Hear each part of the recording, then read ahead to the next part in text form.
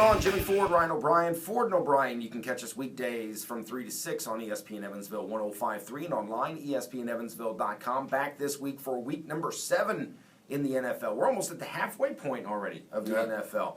Where does the time go? We're going to take a look at some of the games involving teams of local interest here in the Evansville area, as we have done each and every week, and give you our picks for those games. And this week we'll also each pick an upset that we think could happen in the NFL. Don't forget to make your picks for our weekly Pigskin Pick'em Challenge at ESPNEvansville.com. Chance at a local prize every week for getting the most choices correct, and then, of course, a shot at $10,000 when we get to that big game there in February. You can find all the details online at ESPNEvansville.com. So let's start with Indy. We'll start there. Indy will host the New Orleans Saints, Lucas Oil Stadium. It's a noon kickoff this week. Indy, for what it's worth, and I think this is just where we're at expectation-wise for fans at this point in the season, looked all right against New England. For the most part. Only lost by 7. New England's a really good football team. They find the weakness, they exploit the weakness, they give what the defense they take what the defense is giving them, and that's what Indy did. They tried to eliminate the deep routes, so they left the middle of the field wide open. But still, at the end of the day, look, I see that New England team, and it looks like a beatable defense to me. Fortunately for them, they've got Brady, they've got Gronk, they've got Edelman, and they've got Amendola, and there's some other weapons for him to play with. So even if the defense does lose a little here and there, then the offense can more than pick them up.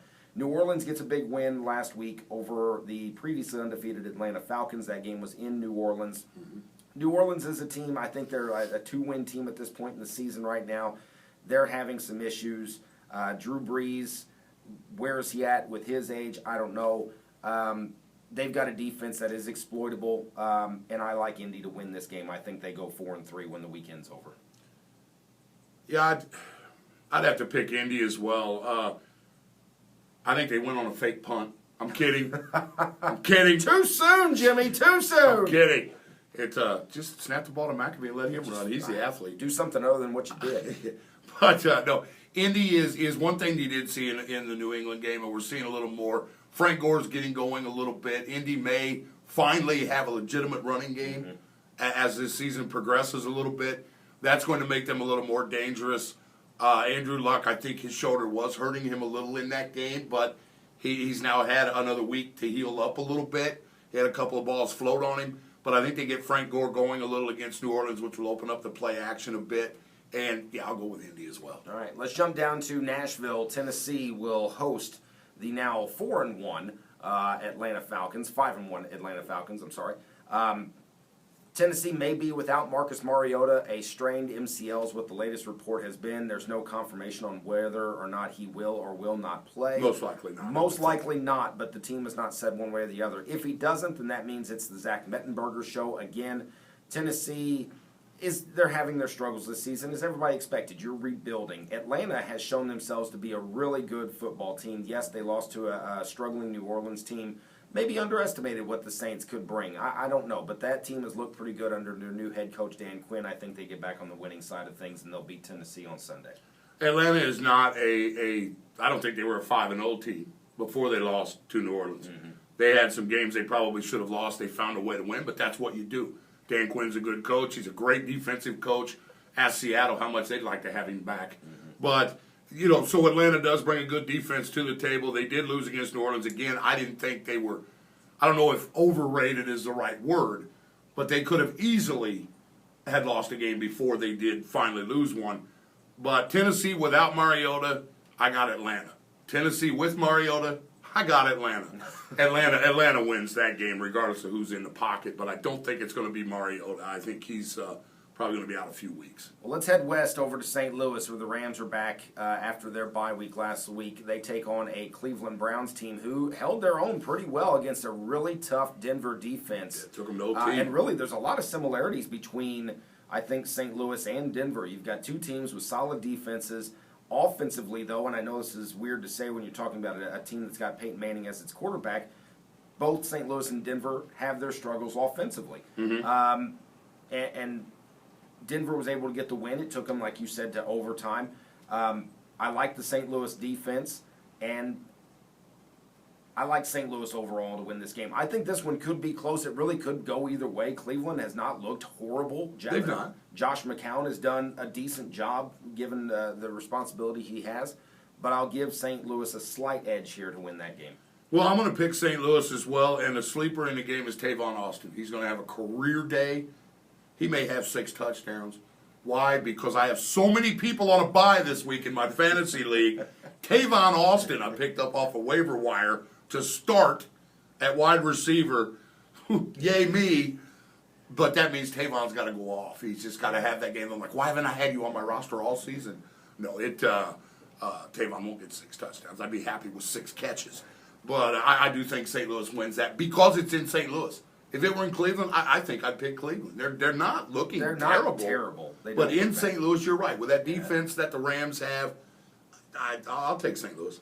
The other teams of very interest, Cincinnati, Chicago, Jimmy's Green Bay, Packers, all on byes. Denver's on a bye this week as well. So let's look at a game that's got some divisional implications to it, and that's Dallas and the Giants, 2 teams that probably aren't where they thought they would be at this point in the season. No. Giants did not look good Monday night against Philadelphia. Dallas is dealing with, obviously, no Tony Romo, no Des Bryant. They have made the decision to switch from Brandon Weeden. It's now the Matt Castle show in Dallas. This game is going to be in New York. This one, to me, is a real toss-up. I'm not exactly sure which way to go. I'm going to give a little bit of edge to the Dallas Cowboys to win this game. The Giants, I take that back. I'm sorry. I picked New York to win this game. I'm sorry. That's my bad. I picked New York to win this game. I think they're going to come out mad after the way they performed Monday night against Philadelphia. Dallas, they're going to make a game out of it. I don't know what to expect out of Matt Castle, to be honest with you. But they're, defensively, they're a little weak as well. That offensive line, albeit very good, I don't know if it's as good or what we expected it to be coming off last year. New York, just by a hair, I think wins. Well, Dallas is talking about Des Bryant maybe being available for this game. Obviously, this video is recorded before the Thursday game, so that means there's still a lot of time before the Sunday game. I don't know how it's going to play out. He's listed as doubtful right now. This is the first of any talk of him coming back. I don't think he's back this week. If he is, I think it's a limited basis. Not enough to make a major difference in the game, but Dallas is getting closer and closer to getting Des Bryant back on the field. Because as of right now, the way the Giants look with Dallas with injuries, this may be Philadelphia's division to win. Yeah, maybe. As much as I don't agree with Chip Kelly's style of blowing up offense and blowing up rosters and things like that, this entire division is falling apart. But with all that being said, and Matt Castle coming back into the pocket, I'm going to give Dallas that same slight edge that you give the Giants, simply because I think Castle's got a little bit to prove. He's not done anything since he filled in for Tom Brady in that one season, and he's made a bunch of money in Kansas City, Minnesota. Now he's been picked up by Dallas, and I think he's comfortable being a backup, but he wants to show that you can leave Brandon Weeden on the bench. I'm okay. Yeah. I'm going to do this. And the New York Giants have the worst pass defense in the league. So if there's somebody that Castle can pick apart, I think him and Jason Witten just kind of hold hands all day long. And that may be the case. So you'll take Dallas, I'll take the Giants. All right, something new we want to try this week. A game that may sometimes involve teams of local interest and sometimes it may not. But an upset of the week. I have not looked at what you've picked. I just now glanced over, and I thought maybe we'd have 2 different games here, but it looks like we've picked the same game, and we may have the same result, I think. Okay, I got another one. I had a backup in case you picked mine. I'm looking at that New England-New York Jets game, and I'll tell you this. New England looked like New England against the Colts on Sunday night, but they showed some weaknesses. They have some issues defensively. Offensively, you take Gronk out of the picture, Edelman's there. You got to kind of pick your poison with those two. And I think the Colts did a pretty good job with Gronkowski, minus the 1 touchdown reception. I think there is some weakness that can be exploited by a very good defense, which is exactly what New York has. They have allowed the least amount of yards per game this season with 269.2. The most points they've given up in a game was their one and only loss, 24 points to the Eagles a few weeks ago. They've so far played the Browns, the Colts, Eagles, Dolphins, and Redskins. So not exactly the toughest schedule right out of the gate. New England obviously will be their toughest opponent thus far. And their running back offensively for the Jets, Chris Ivory, third in the league with 5.5 yards per carry. They've got a good running defense. Ryan Fitzpatrick has done a good job of managing the games pretty well this season. I like the Jets to score the upset here and not knock New England out of the ranks of the unbeaten. Well, and I agree with you because, like you said, we had the same game, but I had Plan B because I know we've been sitting side by side for quite a few years now. I know we think alike at times, and I know your dislike for New England. So you would love to see them just get beat by anyone. I would love to see it. So my Plan B, which I guess is considered an upset, I take Oakland over San Diego in San Diego. May not be as big a shocker as it would be if the Jets beat New England, but Oakland is an up-and-coming team. Derek Carr is solid. Amari Cooper, I said it at the beginning of the year, could make a run for Rookie of the Year. I didn't think he'd get it because of being in Oakland. Would he get enough exposure to even be there? Now as the season's rolling, he's playing well. I don't know if well enough to be considered Rookie of the Year. We still got a lot of football to play. But San Diego, even with Phillip Rivers, I think that says it all. Phillip Rivers threw for over 500 yards against my Packers. Nice D, guys. And lost. And lost. San Diego is San Diego.